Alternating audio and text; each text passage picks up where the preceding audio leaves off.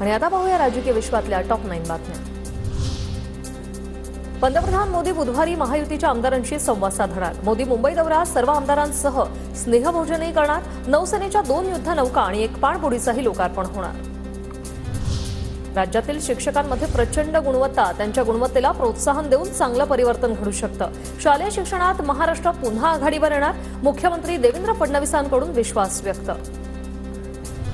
Soybean खरेदीला किमान 15 दिवसांची मुदतवाढ द्या। मुख्यमंत्री फडणवीसांचा केंद्रीय कृषी मंत्री शिवराजसिंह चौहान यांना फोन। सोयाबीन खरेदीला मुदतवाढ देण्याची मागणी। सोयाबीन खरेदीसाठी कायमस्वरूपी यंत्रणा उभारण्यात यावी। कांदा चाळीसाठी जास्तीत जास्त अनुदान द्यावं। मुख्यमंत्री देवेंद्र फडणवीसांच्या सूचना। फडणवीसांकडून पणन विभागाचा 100 दिवसांचा आढावा। पंतप्रधान नरेंद्र मोदी 15 जानेवारीला मुंबई दौऱ्यावर। नौसेनेच्या 2 युद्धनौका आणि 1 पाणबुडीसह पंतप्रधानांच्या हस्ते लोकार्पण होणार।